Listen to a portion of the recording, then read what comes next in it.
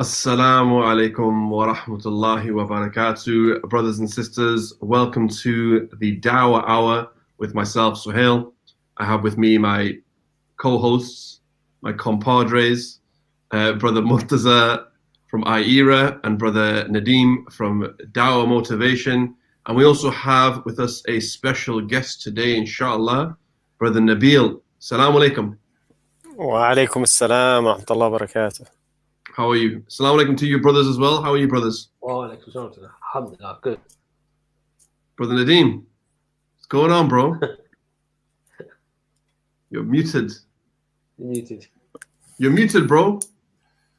Walaikum salam wa rahmatullah. I said I'm sharing the stream so we get other people, inshallah. That's a good start, right? Let's start with that, okay? Let's start, before we go any further, mashallah, we have someone from India listening. Mashallah. Before we start, first of all, two things. Hit the like button, all right? So you see that like button? Hit that like button now. And also, brothers and sisters, share this stream. Share the khair, share the stream. All right, so assalamu alaikum to you all, brothers. Alaikum assalam. How's it going, guys? How's your Ramadan going? Alhamdulillah. Very good. Alhamdulillah. Good. What is that? Alhamdulillah, excellent. You look tired, bro. Yeah. I've had a bit of a busy day. I had a bit of a headache earlier, but it's going well, alhamdulillah. It's been really good. This is a time of blessings, rewards, ibadah. It's the best time. We're on, I think it's the 11th fast, 12th fast we're on? 12th, I think, today. Yeah. I think this is the stage where, you're kind of like, not that you've peaked, but now you're going a little bit, there's a little bit of a drop, I think, no? How are you brothers? Is that the case for you guys? Yeah, it can be one of two things, can't it? It can either be the idea that you become accustomed to fasting and therefore you improve upon it. But like you say, it does take its toll. Yeah, it does a little bit. Mashallah, we have our brother Musa joining us today. 20 push-ups, Musa, for being late, man. Assalamu alaikum, bro. How are you, bro? Alhamdulillah, very well. How's everything? Good, alhamdulillah. We're just talking about a little bit about the fast and how like we're in like the 12th fast and it's kind of like, so with some people it kind of like dips a little bit. Is that the case for yourself, bro? Do you feel that, or? What with regards to the actual fasting? Yeah, with just like everything is like, it kind of dips a little bit, or you kind of maintain. Yeah, no, I think it's natural. Like where things do go up and down, but I think the good thing is that we can refresh, Yeah, so, man. Yeah, but I do feel like I need to refresh at the moment. I think it's a reset button, isn't it? Yeah, I think you kind of just take a step back. I think Fridays help me. The day of Friday helps me because it's like Jummah is like, okay, I need to reset and then just reconfigure where I am and then move from there, inshallah. But yeah, jazakallah khair, man. All right, brothers and sisters, we've got a lovely show for you today, inshallah. Wa alaikum salam wa rahmatullah to all of our brothers and sisters who are listening, to you all. So our show today is going to be on your top tips for giving dawah. All right. So I'm going to start it off very simply with just asking a question for the show. And the question for the show, I'm going to put Dawah Motivation on here. Question for the show is, what are your top 3 tips for dawah? Your top 3 tips for dawah. So brothers and sisters, get in the comments. Let us know what your top tips for dawah is, your top 3 tips for dawah. And inshallah, we'll read them out and we'll discuss those as well. And as with always, I'm going to discuss with my co-hosts, my brothers here as well, and also with our guest, Brother Nabeel. So before I go any further, let's introduce Brother Nabeel. Brother Nabeel, Assalamu alaikum again. Wa alaikum assalam wa rahmatullahi wa barakatuh. Bro, tell me a little bit about yourself. I know you're from Sheffield, correct? Allahu Akbar, I am indeed. Alhamdulillah, Sheffield Sharif. And so tell me a little bit about yourself, bro, and what you do over there and your involvement in the dawah over there, bro. Of course, yes. So I actually work quite closely with Brother Murtaza on certain things to do with some of the initiatives that IERA have worked on. in terms of my base here in Sheffield, for a very long time, I've worked with the New Muslims of Sheffield. Okay. And I was actually one of the founders of the Sheffield New Muslim Project, and we set that up probably about 20 years ago, and that's developed into what we have currently, which is the Sheffield New Muslims. A wonderful organization. We're there to support anyone that comes. It's more of a post-da'wah type initiative. So we deal with the mentoring, we deal with the post-shahada side of things. But inevitably, you get involved with da'wah because you're then talking to friends, colleagues, relatives, and so on. But I also work quite closely with Masjid al-Risala, which is a mosque here in the S10 area, quite close to the city centre. I actually do the English translation for the khutbah.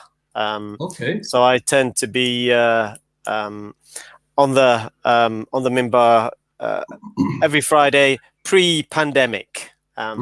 Obviously, since the pandemic's occurred, we've not really we've had a slight change.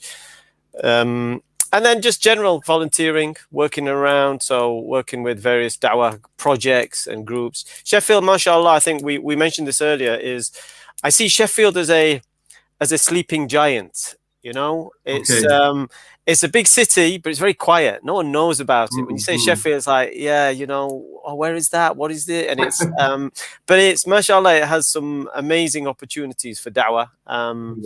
You know, and it's a good community. A very wonderful, you know, I see it as the center of the universe because I've lived here all my life, and this is where we're from. But alhamdulillah, it's a wonderful. You're saying that to a Geordie. You can't say that to a Geordie. It's interesting to say the things you do, because everything you said about Sheffield, I say about Newcastle. I definitely see Newcastle as being the hub for da'wah, bro. It's the center for da'wah. It's it definitely is a sleeping giant. Okay. And I see scope for the da'wah. I mean, we talk to these Londoners, right? Let's talk to these guys, and you know, it's not the same, man. Like Newcastle's a lot more. Shots fired. You know. Sorry, bro. Go on. Nadeem, what was that? Sorry. Nothing. Shots fired. You know, I'm just saying. You know. So yeah. I mean, you brothers have you brothers been to Sheffield before? Yeah. All right, tell me your experiences in the da'wah in Sheffield, you guys. Well, Sohail, it's a place where people are very friendly. Like Nadeem was saying earlier, the general folk there, they're very easygoing. We did a bit of street da'wah. I think we did it during one Ramadan, and the people are very family-like, very down to earth. There's no barriers. They're very warm, good conversations. So the street da'wah flowed really well, because obviously in some other places street da'wah doesn't flow that well. Parts of London or busy cities or whatever, people have got less time, they're in a rush and stuff like that. The university was very good as well, Sheffield Hallam, with Brother Abdullah. He was the ISOC president, I believe, at the time. That went really well, really good bunch of students there. There came some training, had really good questions to ask. I think me and Nadeem both went there for that training, or the course that we did. So overall, and you know, the place is really, really pleasant, really nice. Sheffield is, You mentioned London, bro. Like, in comparison to London, what are we talking? And why is there such a comparison? I know Nadeem's got a few things to say about that. I mean, I know what Nabeel will say. There's no comparison, right? But there isn't. The Yorkshire folk are. I believe are more approachable. I really do. I think. Yeah, that's the key thing. I think I agree. I've worked in London, and I've actually worked in Newcastle as well for a long time. Yeah. I worked for a company in IT. I was an IT manager for around 20 years, and our headquarters were in St. Nicholas Street, which is just next to the train station. So So I used to travel there weekly. And it's a wonderful place. There's no question. And I think we should, rather than say Sheffield, let's just say up north. You know, Yes. rather than I'm happy with probably, that. Let's start the north-south divide discussion, guys. Why not? No, there's a lot we can learn from our brothers and sisters in the southern regions, because obviously, you know, a lot of initiatives start, and I think it's good for us to then take that sort of mantle, as it were, and drive it forward. Well, they say this, right? If you can give dawah in London, you can give dawah anywhere. Why is that the case, Brother Nadeem? Yeah, that's true. My experiences in London and the South has been, and my style of dawah, my particular style of dawah is trying to stop people, because that's the biggest mission, that's the biggest challenge. Because if you stop them, you've got them. If you stop them, you got them. And London is the challenge of trying to stop people. Yeah, the brothers have a stall, and as we call in the dawah, passive dawah, where you're waiting, receiving a question, or you're receiving someone to approach you and then you answer. But me, I don't, personally, I'm the one who will go to them. I'm on the offensive. So yeah, you have to be proactive. You want the role, you go up to people. So I'm kind of, because I've got a fundraising background as well, so I'm used to people not stopping. So I'm always forever comparing different cities to London, because if, like you just said, bro, if you can crack London, you can crack any of the cities. Yeah. And it's very, very similar to fundraising, and street dawah. So alhamdulillah, when I went to Sheffield, it was a beautiful experience. That Ramadan, I think 2018, we went on a tour, Ramadan tour. It was me, Murti, and Imran. And we started with Southampton, which was the worst. any Saints people there, sorry, that was the worst. So the more we went up, it got better and better. We went to Oxford as well. Went to Leeds. We went to Leicester. But yeah, Sheffield by far, it was beautiful. It was amazing. I really enjoyed it because people are actually stopping. And I'm used to at the first attempt, people not stopping. So I'm always like step one, step two, step three, rather than just once and they stop. For me, I'm used to okay, they're gonna say no. I'm ready for them to say no. But Sheffield, hello. I think, what? What's going on here? So that was really, so people are pleasant. They're surprising, and definitely I said to Murti, I want to go again to Sheffield as well, because it's that kind of area, nice people, and maybe I think the word fitra came to my mind. Maybe the natural disposition. Some people have akhlaq. Maybe it's in the. I mean, I'm not going to defend South that much, because I was born in Sheffield, so I'm a bit of both. I'm on both sides, So I'm sitting on the fence. Alhamdulillah. So, brothers and sisters, you heard it here first. London corrupts the fitra. Yeah. I'm pretty sure that's what Nadeem said. Yeah. London give dawah to him, bro. But you know what you said about same about Sheffield. I mean, the same happens up here in Newcastle and Middlesbrough in the northeast. I mean, I remember when Sabur came to Middlesbrough, right? And he was like, people want to talk to you. He was so shocked, this concept of people actually wanting to have a conversation. He goes, people have got time. People have actually got time. He goes, people just came up to us. And I think a lot of the times our dawah is that passive dawah of where we have our stall and people come up to us and ask questions, because it just works. It works really well. Musa, your thoughts on this, bro? I mean, obviously you've given London a dawah in London itself. What are your thoughts on that scene of giving dawah in London itself? Yeah, I think the point on the fitra is an interesting point, actually, because when you're giving dawah in places like London, like mainstream cities and stuff like that, you do find that there is more of a barrier. This is what I found. And then, for example, just before lockdown, we actually went New Zealand, myself and Brother Salahuddin from IERA, and Sheikh Yusuf Chambers was there, etc., whatnot. And we were giving dawah in New Zealand, right? Okay. And this is actually a specific thing that was mentioned about how these people seem to be closer to the fitra. And when we say that, what we're trying to basically say is that these people are more simple. These people, simple in a way where there's less barriers that we feel in giving them da'wah, It doesn't mean that they're backwards or they don't have phones, they don't have computers, but it just seems like they're more connected, when we're speaking to them. And perhaps the reason for that is in London, it's a fast city, so social media and, the whole, high street shops and all of this, and just the culture in general. I think the culture in general of London makes people a bit closed, you know. Yeah. If and you kind of, you don't really mix, even amongst practicing brothers, perhaps, you know, where you know, you have circles, right? You have different circles. Yeah, of course, I'm not saying people don't mix, people do mix, but you have different circles in London and whatnot. But when I've gone up north, it is true that mashallah, I even like cities outside, like even Birmingham, right? And I know Birmingham is another mainstream city, but I feel more connected in Birmingham, right? Even with the Muslims in Birmingham. When I go, I feel like, wow, there's like a community element, and I was it's very say that. nice. Yeah. You know, you do have pockets in London where you feel like that. Like, for example, if you go East London, that's like a country. Yeah. Right? So it's like you just got, mashallah, Bangladesh and Pakistan and whatnot.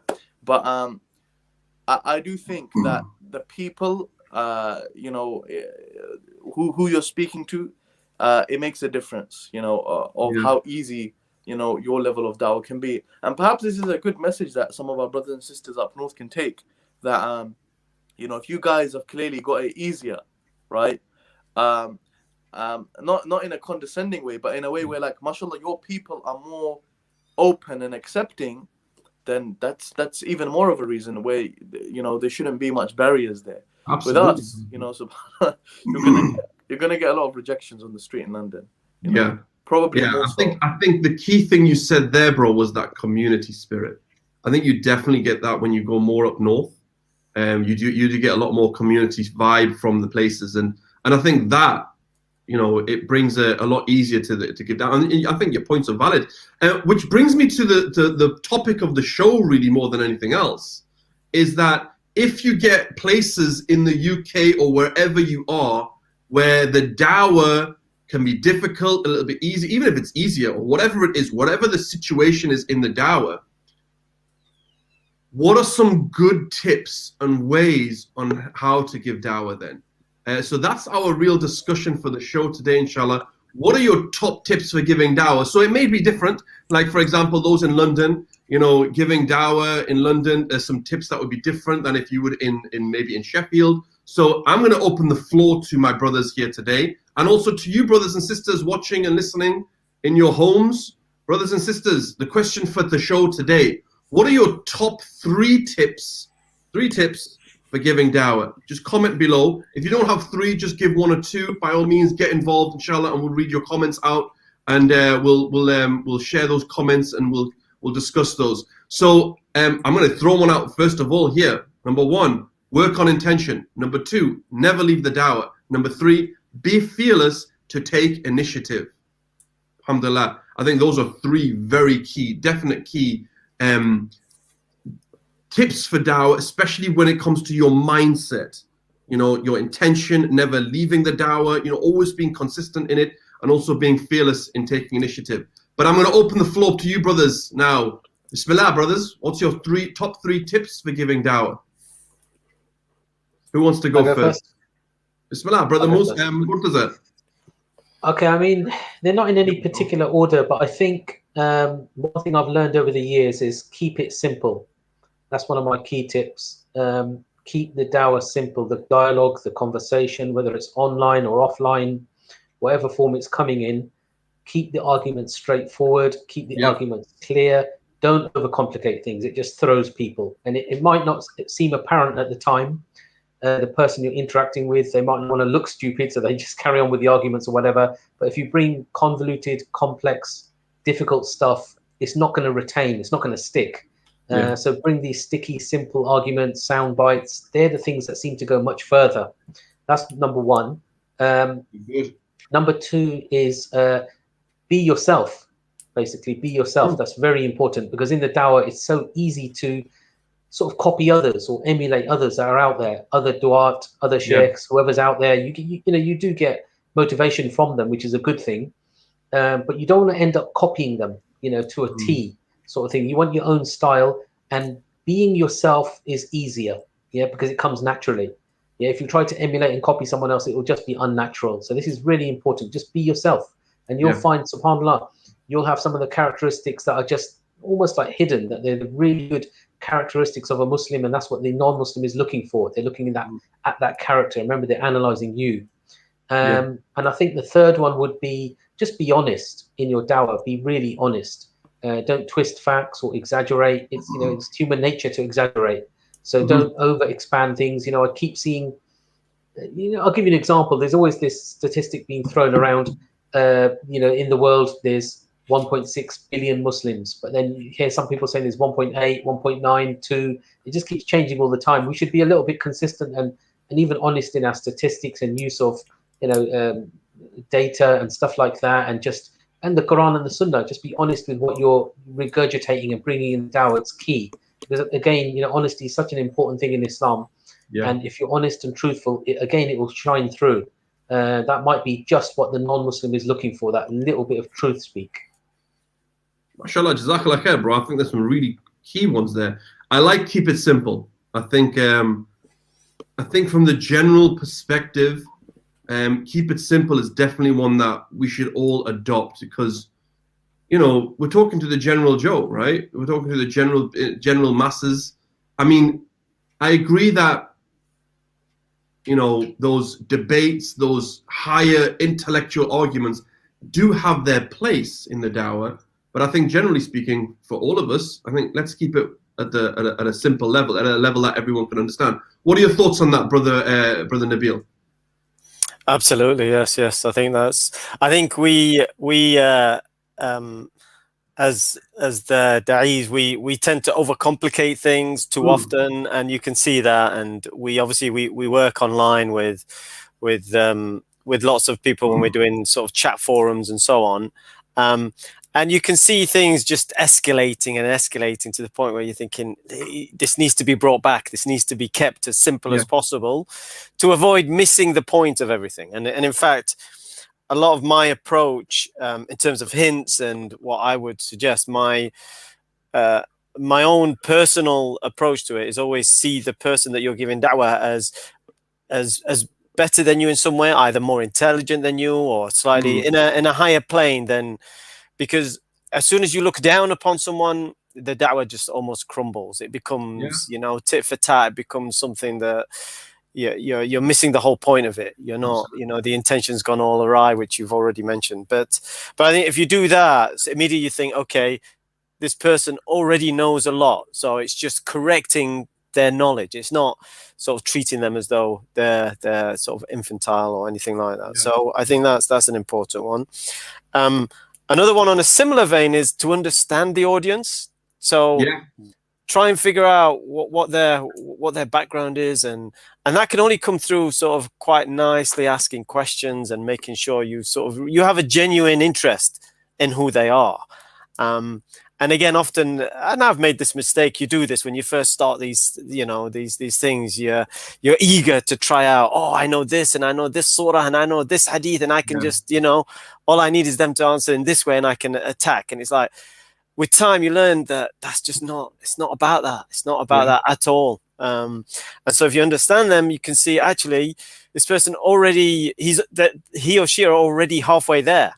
You're just finishing, or they're nowhere near that. You just need to realign everything. So just understand where they're coming from and who they are.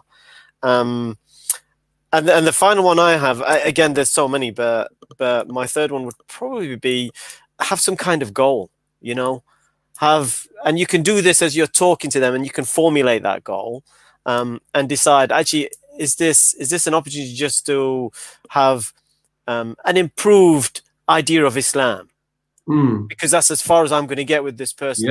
They have a certain approach and their language and the way they speak, and which comes from understanding them, and it comes from this idea that you think they're more knowledgeable. So you're sort of just making sure that at least we end this conversation with some benefit to both of us. And so that's my own personal approach to it, I guess. That's a very good point, bro. I think you're absolutely right, and I think you made a comment about, when you're talking to people, there's a comment here by Brother Said who says, don't make the person feel stupid, right? You're not there to condescend, you feel that like you're condescending them or anything like that. I'm talking to them on a level, and I think you're absolutely right in those ones. Jazakallah khair, bro.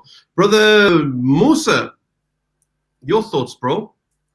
Yeah, I think some of the points that have been mentioned are very, very important. You know, keeping it simple. You know, if I was to mention three things that I think are important, obviously there's many things that are important in da'wah, right? But three things that came to my mind kind of first were, firstly, having ikhlas, right? Sincerity when you're giving da'wah. I think having sincerity is very, very important. Remembering that you're, at the end of the day, it may be easy to forget, but da'wah is an act of worship. And with every single act of worship, you should be doing it for sincerity. You should be doing it with sincerity, with ikhlas, for the sake of Allah. And you'll find that when you do things for the sake of Allah, there's benefit in what you do. Even if no one becomes a Muslim at your hand. But when you do things for the sake of Allah, you know, it's always going to end well for you. It's always going to end well for you. But if you do things for other than the sake of Allah, you know, it could lead to problems, right? So there's no doubt about that. The second thing that came into my mind is the implementation of Quran in your da'wah, right? Good. And I think that this is something that's very crucial. And this even goes out to those brothers who are involved in da'wah, that it's incumbent upon you to have a good connection with the Quran if you're engaged in da'wah. You know, very often we can become people who overtly encourage people to get involved in da'wah, but we don't talk about the development part enough, in my opinion, right? I don't think we do. And I think that it's crucial. I think it's very important, because if you're putting people out there on the front line and they're not developed to represent Islam, right? And of course, there's extremes to this, right? People can take this now and go with an extreme and say, oh, I'm not, you know, I don't know enough and this, that, whatnot. But there should be a level of development. When you're giving da'wah, you should still be learning. Yeah. Because at the end of the day, you are representing Islam. When people ask you questions, you know, sometimes you may be put in a position where you start making things up, right? Yeah. This can easily happen to people because they're under pressure. They give answers that are not necessarily true, right?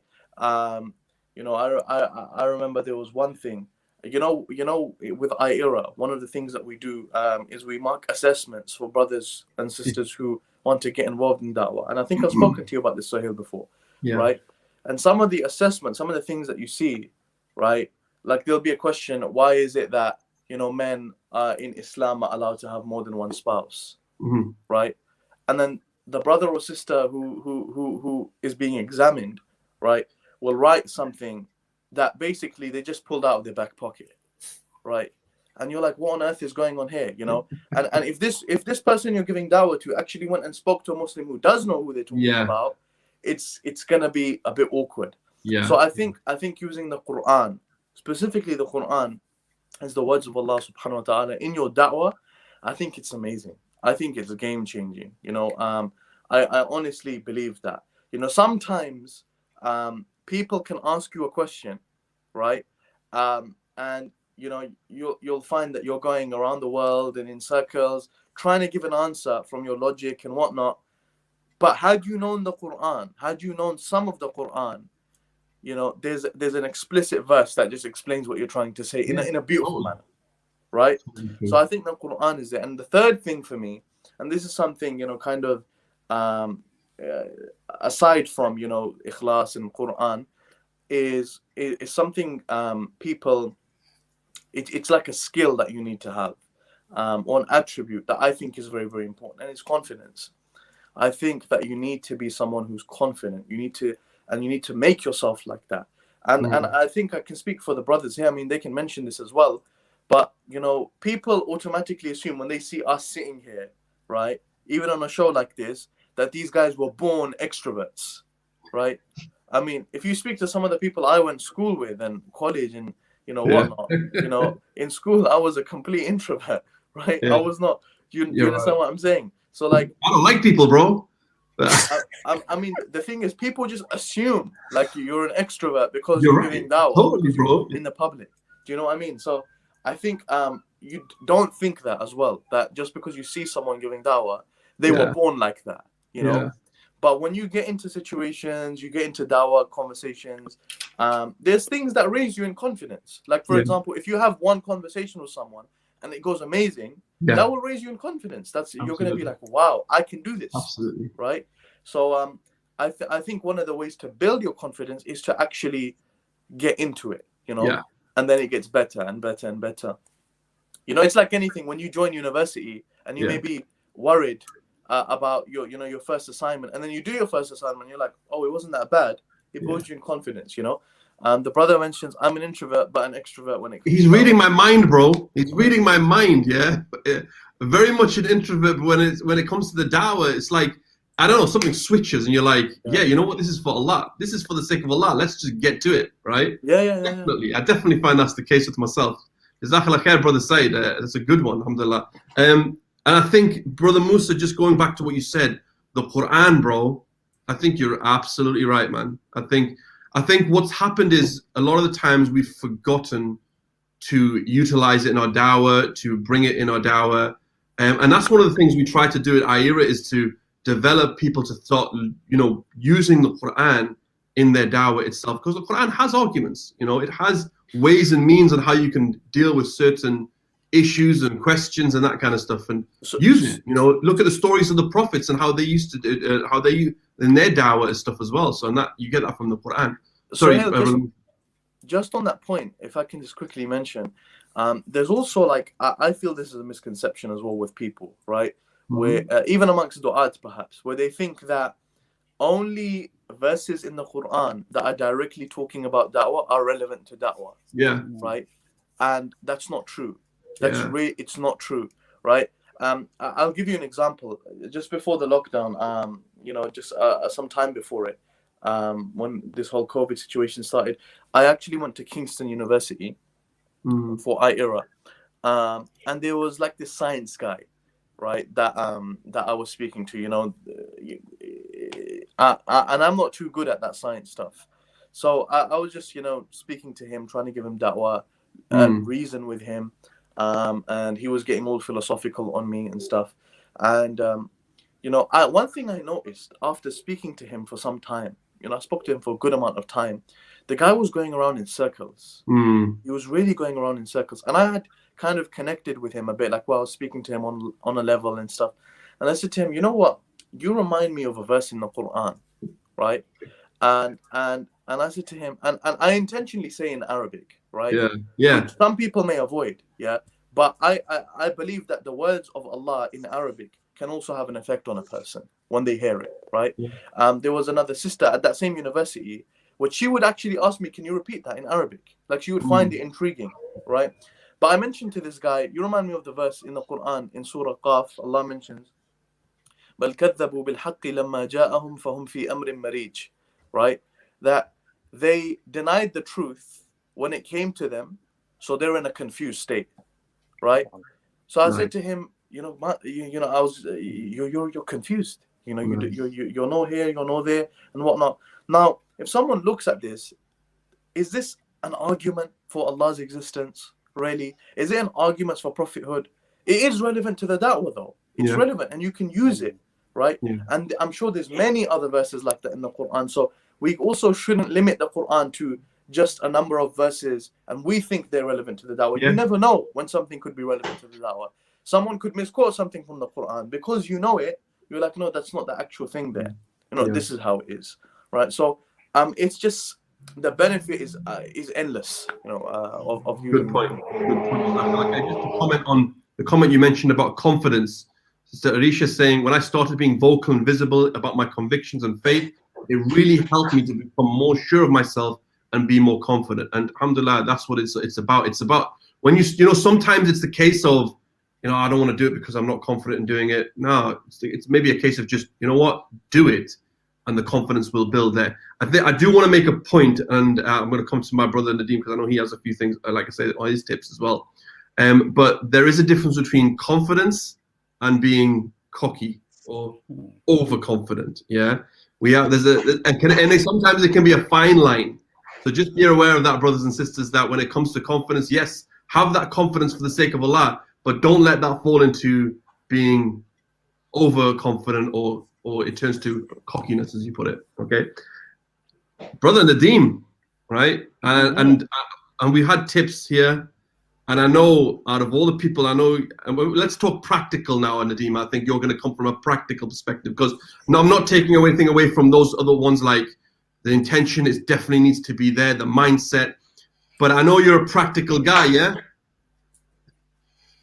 So Yes. give me some practical tips, bro, on the dawah itself, inshallah. Actually, I had three, but I just want to maybe substantiate the views that the brothers said. So, like, for example, intention, sincerity, because there's a lot of people watching, and a lot of people want to get involved in dawah, and a lot of dawah is now on social media. And you get involved in dawah, and very easily you can get swayed by following, subscriptions, getting that fame. So that's why at the beginning, sincerity, ikhlas, brothers have said, it is absolutely critical, vital, because subhanAllah, otherwise all the next few months and years of dawah, if you're not doing it for the right intention, then it's going to be a waste, subhanAllah. So and it could go against you. So absolutely, this is critical for everyone.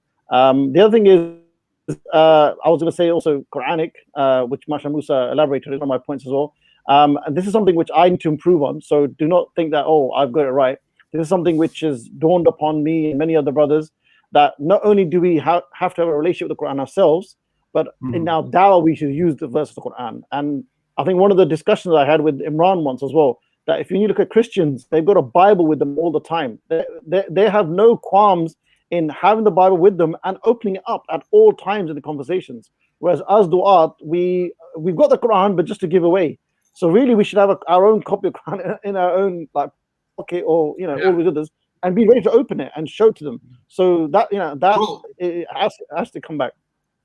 Sorry, to cut you, but bro, when you talk about the Christian dawah, not only do they have the Bible, but have you ever spoke to a Jehovah's Witness? They have a bag full of stuff. They have a bag full of leaflets, manual documents, man. They've got magazines that they're ready to give you. I remember when I was at university one time, and two Jehovah's Witnesses approached me, right? And they first, because they saw me as the Pakistani, they gave me one of their booklets in Urdu. I said, oh, that's nice. And he went, oh, you speak English? They put it back in their bag and they gave me an English one instead. I was like, whoa, they know what they're doing. Guys are on point, yeah. Wow. And I still remember it to this day, right? Because it was just such a powerful thing. These guys are prepared, and you're absolutely right. If they are, why shouldn't we be? And we should lead in the dawah when it comes to this stuff. Sorry to cut you, brother Nadeem. Carry on. What were you saying? No, bro. That's fine. In fact, one of the comments here, a sister says she was a former JW minister. Subhanallah. Oh, wow. So she knows what we're on about. Allah Akbar. But yeah, so I guess there's that to have that relationship with the Quran. There is that of course that basis, that spiritual aspect, but also a practical as well. So one really practical tip is, brothers and sisters, have your own copy of the Quran with you at all times in all dawah conversations, whether it's streets, whether it's in the office, whether it's neighbors. Have that Quran ready, inshallah, ready to open it up, show them the verses. If you can memorize it and recite in Arabic, even better, inshallah. So that's one. But I think from a practical, I guess, obviously my background, a lot of it is on street dawah, and there's a lot of practical implementation. I think one big thing which I emphasize on is, and I think Brother Nabeel kind of touched upon it as well, which is rapport building, which is you have to get to know the person as much as you can. Like even on the streets, I personally can't feel comfortable in a conversation until I've made the person either laugh, smile, or some sort of connection. Because I know now I've got a connection, there's an opening, now we're gonna have a real conversation. Otherwise it's gonna be very formal, very icy cold, a few facts and figures there. It may turn into argument, debate. But if you want a fruitful, meaningful conversation, get to know them. And when you get to know them, it's not like a Gestapo interrogation, like, what's your name? What do you do? Where'd you come from? Which city? No, you've got one of the things I would say is you ask them a question, but then so for example, okay, where are you from? Then you say, oh, I'm from, then you give your thing. Also, what do you do? What do you study? Actually, I'm studying this. So that's one way of note. So if don't make the person as if you're interrogating them. And I've had that, I watch brothers. I've seen it on stores in Leicester Square and in Pakistan as well, where I've given a tip of rapport building, getting to know, but they're asking as if it's like an interrogation, like an interview. And the guy saying, why are you asking all these questions? You from like, you know? So I said, so the good thing is you should give your answers as well. You should like be part of the conversation as well. So rapport building is essential, and there's many ways, especially in the streets. It'll make the whole conversation, the whole experience much more easier. It'll make it much comfortable, inshallah. One tip I want to give them, one quick tip as well, is brothers and sisters who are watching, is it's a very simple one, but watch the previous show of Dawah Hour. We've got at least 15 to 20 episodes that are online. You know, one sister asked the question, will this be recorded? They forget that, you know, once you miss the live, it doesn't mean that's the end of the world. Oh no, you know, it's going to be there forever unless the editors, they delete it. So there's 15 to 20 Dawah Hour shows on this channel, on the YouTube, Newcastle Fast FM. And I think there's a lot of tips you can pick up, inshallah. It's a whole manual in itself. Absolutely.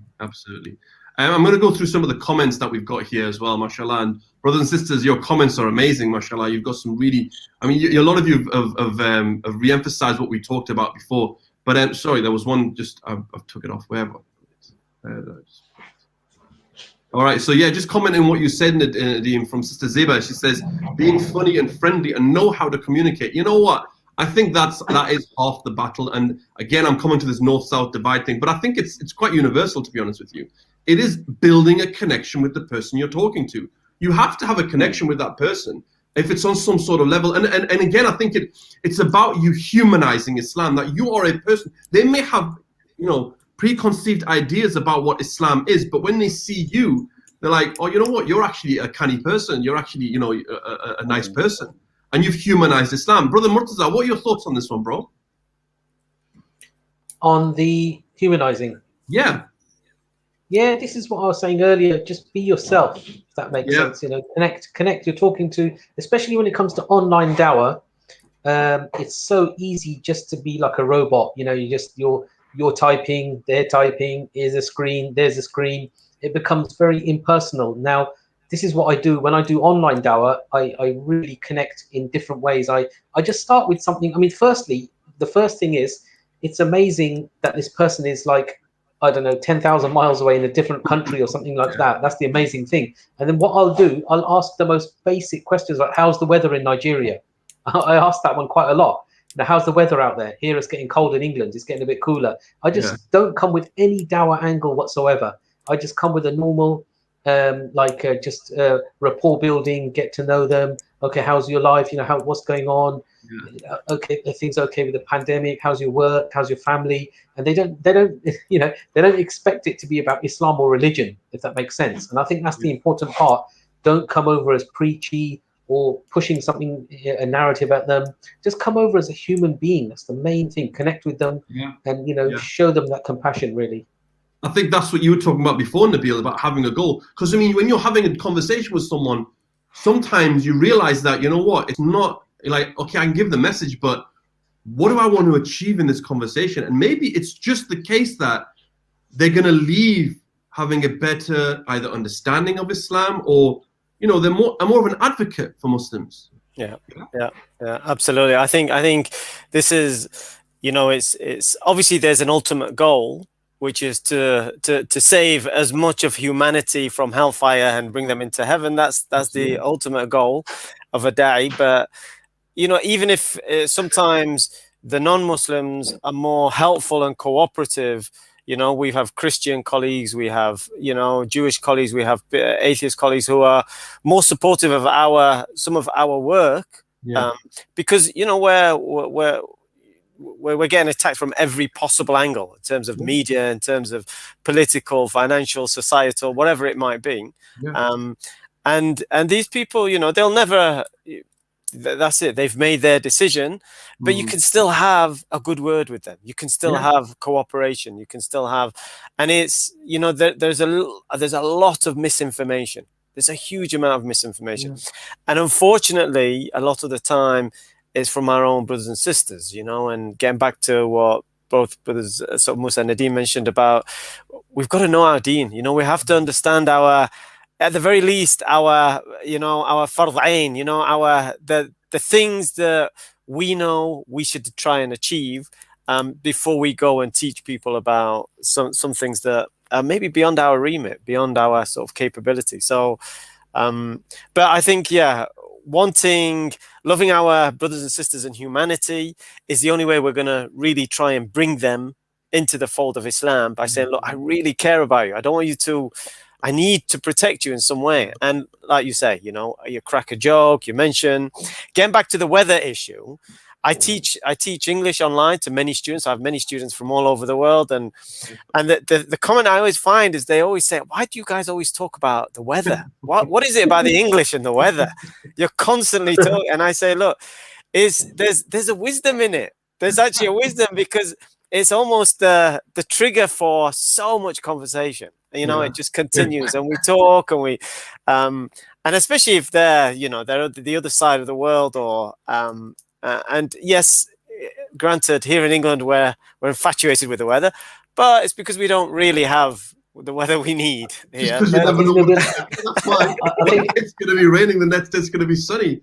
But it's gorgeous here, and it was raining this morning. It's like we've had 2 seasons. Wow. And we need another season. It's the art of small talk. We have it down to a T when it comes to the British weather. Yeah, it's one of those things. Absolutely. The art of small talk. Alhamdulillah. There's another comment here by Sister Busha who says, "I think the top 3 tips for dawah are patience, patience, patience."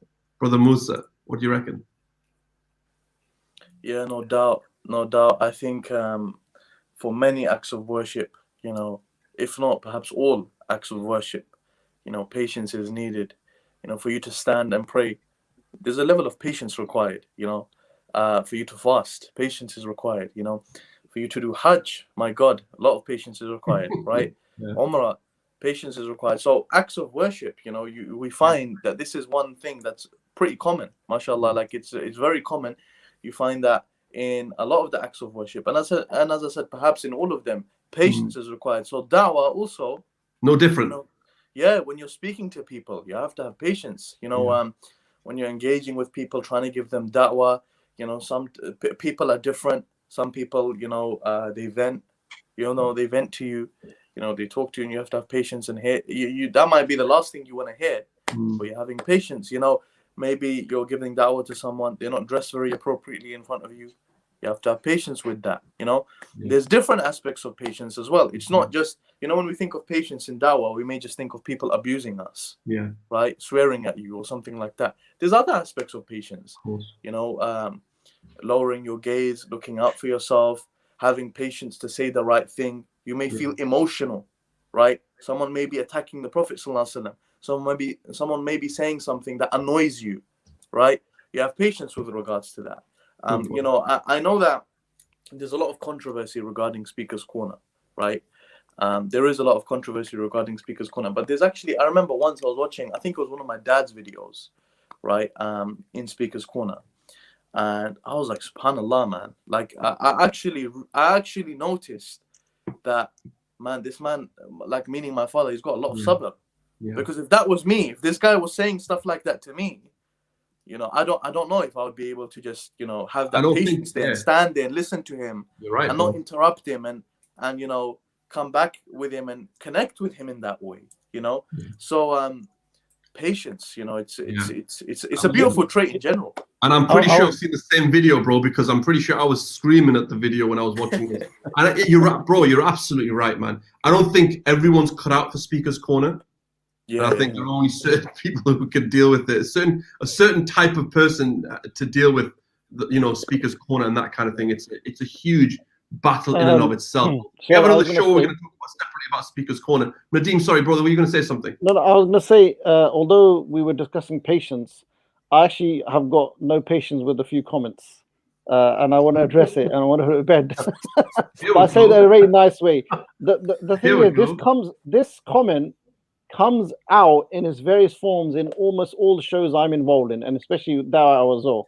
And that is dawah with your character. Now, the thing is, look, brothers and sisters, because I know there's a lot of brothers and sisters are watching around the world, and maybe they've not engaged in street dawah or actual active dawah. Yes, absolutely, character is essential. You have to have it. It's a given. You gotta, you gotta have the best manners, the best akhlaq. Uswat al-Hasana, Rasulullah sallallahu alaihi wasallam. He is our example. He is the epitome of beautiful character, right? We should have that. But brothers and sisters, Allah has given you a mouth. Allah has given you the ability to talk. We need to start opening our mouths, and we need to start talking and conveying as well. Character and conveying. I'm going to hear something because this is honestly, this comes up again with your character. Yes, that's a given. It's a condition. It's a shurut. Preach, brother, preach. But brothers and sisters, seriously, you got to. We're seeking ilm. We've got the character, but the one thing's missing actually conveying, which is there's people around you, there's human beings around you. As again, mashallah, brother Nabeel really beautifully just mentioned that the ultimate goal, by the permission of Allah, bi'idhnillah, we are saving people from Jahannam. We're saving ourselves, our family, as per the Quranic injunction, and people around you. Unless you're in a cave, or in a desert alone, you have human beings around you. You have non-Muslims and Muslims, brothers and sisters, with your character, that beautiful character, and now show them, but also call them to Allah. Call them, convey the call. That I just want to put that to bed because it keeps coming up. So, I hope the brothers and sisters get the point, inshallah. Yeah, look, I think no one would ever say character is not part of your dawah. And that idea of the indirect dawah, look, okay, yeah, we know that, right? But the dawah is the call, right? Make the call. Don't forget the indirect dawah is a means to the direct dawah, and that's the point. I think my brother Nadeem so eloquently put it. Right, we have a comment here from Sister Fatima. Become an Islamic influencer. What are your thoughts on that one? No? Yes? Musa is an Islamic influencer. Yeah, look, let me comment on this, and then brothers can shoot me down. I'm going to disagree respectfully, Sister Fatima. Do not seek to become an Islamic influencer. You get engaged in the dawah with the brothers. I think all of us touched upon ikhlas, right? So it is a prerequisite. It's a prerequisite for all of our ibadah. It's the biggest. It's one of our biggest traditions in Islam. In fact, I've actually used the conversation of intention in my dawah conversation because other religions actually don't talk about it as much. It's crazy. This is such a beautiful, unique thing about Islam: intention, ikhlas, sincerity. So first of all, that has to be there. Now you're doing dawah only for the sake of Allah. You got to have the akhirah focus. You got to think of getting Jannah no matter at all costs. You need to rack up the rewards and avoid Jahannam and avoid the punishment of the grave.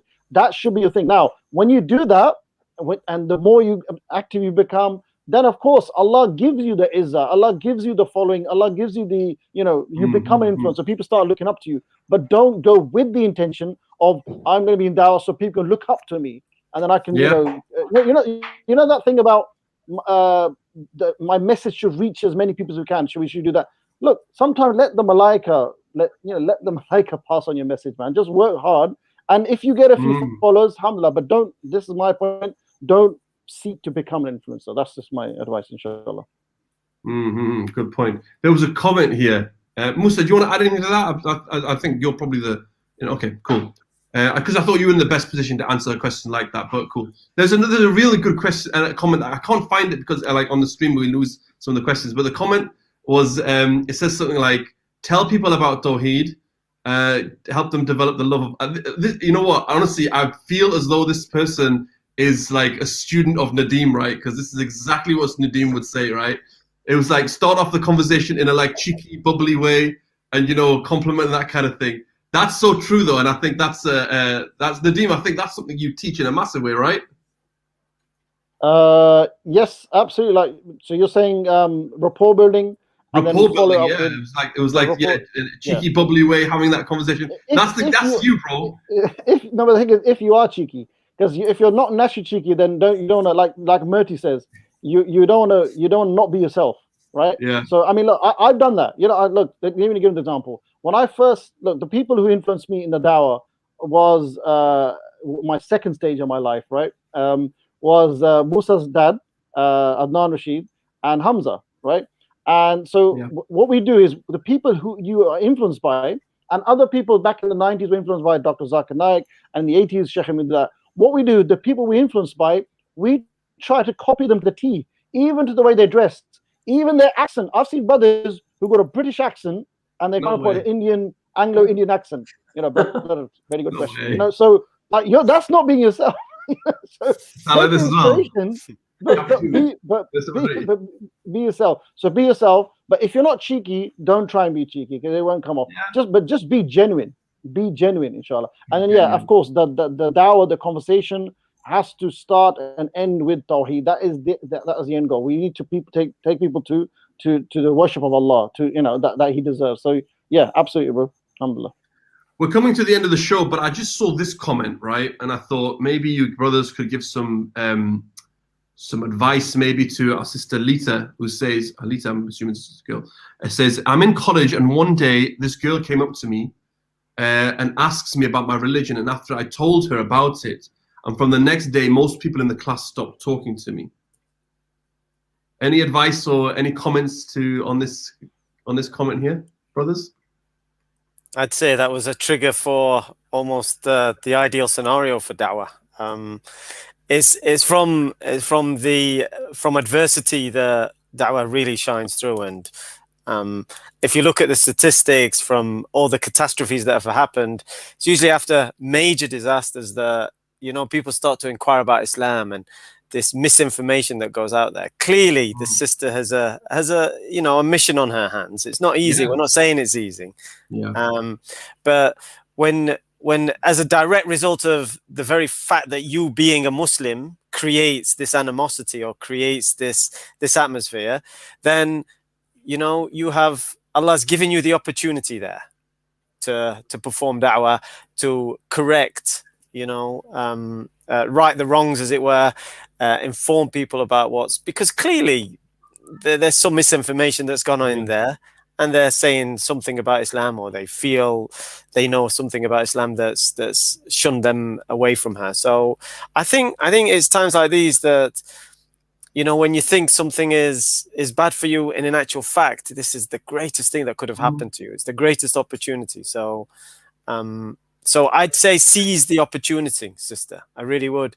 I'd say prepare yourself and deal with it, tackle it head on, because that's the time when you can correct. And it's clearly something where you can, just by some basic communication about Islam, you can correct many misunderstandings. So I think it's an opportunity. This must be somewhere down south, man.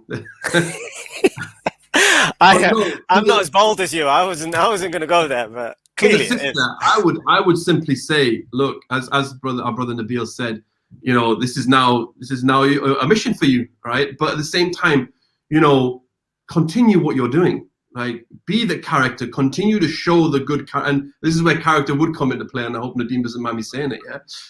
But be the good character here. Continue to show your good character at this point. And inshallah, by the will of Allah, things will change. And surely, when people see that, this person's not what I thought they were, or that kind of individual, it may open the doors to a discussion. It may open the doors to dawah itself. And look, people are not, I'm giving people the benefit of the doubt. They're not evil in and of themselves or rude in and of themselves. I think it's just the case that they may have some real misunderstanding or misconceptions. I don't know if anyone else has got any other tips on this or any advice for our sister. Yeah, just a couple of things on that, because I had a question like that similar the other day.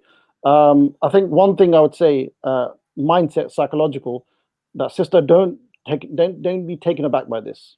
This is almost expected. And again, if you study the seerah, you study the life of the Prophet, the most amazing human being ever lived, right? The kind of rejection he went through, the kind of rejection the Sahaba went through, that we will never experience, inshallah. Maybe, we're living in very comfortable lives. Somebody says no to us and we get, oh no, we start crying. They got rejected, they got ignored, they got tortured. So this happens to people on the haqq, right? So welcome to the people of haqq, people who this is how the path's going to be. It's never going to be easy. But secondly, that's just to give you hope and to give you mindset and to be strong. The other thing is, maybe now you should tell people about your other side, meaning they probably know you as just a religious nutter that's always preaching, right?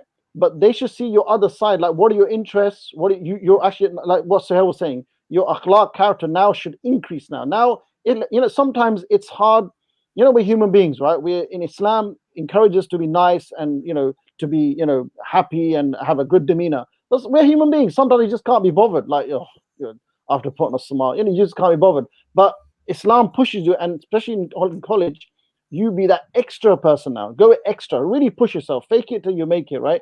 And go extra, be extra nice. So that's one thing. And tell people about your dunya life. Like, what are your interests? If there's a sport you like, maybe there's a skill that you know that the others don't know. Maybe even try and offer to help them with their studies. Be the first person. I can help you with this. I can help you with that. So you got to try and win them over, that kind of thing. And don't try and win over the whole class. It'll probably be just 2 or 3 people, and just work on that. And third tip is if your dawah in college is not good now, or it's not happening because everybody's avoiding you, your dawah outside the college should now intensify. That will keep you motivated. That will keep you going. Plus, you'll get ideas of how to initiate inside the college. Because the more dawah you do, the more initiation for me is the biggest thing. Like, if you could do good initiation, how to open a conversation in different situations, alhamdulillah, you're going to have a very successful dawah career, inshallah. So if you can do more dawah online, outside college, in your community, you'll think, maybe I should try this. Maybe I'll try this. And then that will mirror onto your college dawah, inshallah. Like, I actually love how our sisters and brothers are actually supporting our sister Lena, who had an issue. So Sister Nawal says, SubhanAllah, nothing would affect them this way except Islam. Stay encouraged, my sister. Sister, is that Niyama? So it's spelled Niyama. Says, be proud of being Muslim and remember everything's a test from Allah. Even the college people who stop talking to you, absolutely. And Brother Said's mentioned there, find Muslims online and make friends with those who have been through the same. I was called a terrorist through though, and I excelled academically. So yeah, I mean, alhamdulillah, another thing is we're all ambassadors of Islam in our colleges and in our workplace. May Allah make it easy for you, sister. Jazak wa iyaka. May Allah make it easy for you. Does anyone have any other tips or any comments for the sister? Maybe some other? Nope. All right. We're coming to the end of the show now. So I'm going to give everyone a last final say. Inshallah, if there's anything else anyone wants to say, I will start with our brother Murtaza on my right. Final comments, bro. Just my final comment. Just really put the best effort you can into the dawah. Get the rewards. Make a lot of dua. Step up and come out of your bubble. That's the thing that could be very dangerous. Don't have the selfish Muslim mindset. Don't be enclosed, keeping Islam for yourselves. Very selfish. This could lead to destruction. So reach out, do those extra actions and steps, and just watch massive rewards come in, inshallah. Okay, Brother Nadeem. Final thoughts, really please. Really simply, the brothers and sisters, the more you get involved in dawah, the more you push yourself to get involved in dawah, the more tips will become apparent to you. All those times in street dawah, I love street dawah. Other people like other types of dawah. I learned so many different ways of starting conversations, so many different ways of approaching, so many different ways of conveying. So the more you do it, the more tips will become apparent to you, inshallah. My brother Musa, final thoughts, please, bro. Yeah, I'd say, just ask Allah subhanahu wa ta'ala to guide you. And it's a constant thing, keep asking Allah for guidance. And just try and be as sincere as possible, try and do it for the sake of Allah. And that within itself can be something that drives you, inshallah. Jazakallah khair, bro. To our brother Nabeel. Jazakallah khair. I'd say take this wonderful opportunity, because we're here in Ramadan. We still have another couple of weeks, and use that to set yourself some goals. What do you want to achieve? Because before Shaitan is released, find your define your strategy for the rest of the year, for maybe even the next 3 to 5 years. Set yourself some da'wah goals. First and foremost, really, self-development is key before you take that first step. And so as you develop yourself, inshallah, you can find some great successes. And may Allah reward everyone that listens to this and has a good intention to bring people to Islam. Inshallah. Okay. And on that point, brothers and my brothers here with me, alhamdulillah, brother Sai says, I want to start this. I'm inspired now. So may Allah bless you all. Inshallah, we've inspired someone. Brother Murtaza, I'm going to leave this with you because I know you are the outreach specialist for the UK and yourself, Musa, as well for IERA. So, Brother Said, Brother Murtaza, how can Said get in touch with you to maybe support and help and that kind of stuff? Yeah, they can just drop an email to info@iera.org. Put it for my attention, Murtaza. So just send it to the main contact us, info@iera.org. Maybe, Sohail, you can put it on the screen. And we can give you loads of options. There's tons and tons of opportunities. There's online dawah, there's new Muslim mentorships, supporting new Muslims, reverts. Obviously, after pandemic loosens up, lifts, we go back to normality. There'll be face-to-face dawah, potential for things like exhibitions, mosque dawah, open days, street dawah teams. There's just loads out there. Just don't hold back, inshallah. Brother Said, included in that, there's an online chat facility that IERA have put together, alhamdulillah. So that's a beautiful way of getting involved in the dawah online. So get in touch with us, get in touch with Musa, get in touch with Murtaza. Inshallah, if you need to, you can get in touch with ourselves, also with Brother Nadeem as well, from Dawah Motivation, if you need anything from him. And inshallah, we'll info@IERA, IERA, not IRA. IERA, brother Said. Yeah, IERA. All right. I don't think that would be a good thing to go to. Okay, on that note, brothers, Jazakumullahu khairan. Thank you very much for being here with me today. I really appreciate your time. Inshallah, brothers and sisters, we'll be back tomorrow. Who do we have tomorrow, Brother Murtaza? Brother Abdul Alim. Brother Abdul Alim. From where? He's from Slough. Yeah. Okay. I know him from the Harrow table. So. He's from the Harrow team originally, from London. Yeah, and then he moved to Slough. He's part of the Slough team, Harrow team. We don't know what we're talking about with him tomorrow, but we'll have something to talk about, inshallah. Jazakumullah khair. We'll finish there. Subhanakallahumma wa bihamdik ashhadu an la ilaha illa ant astaghfiruka wa atubu ilayk. Wassalamu alaikum wa rahmatullah.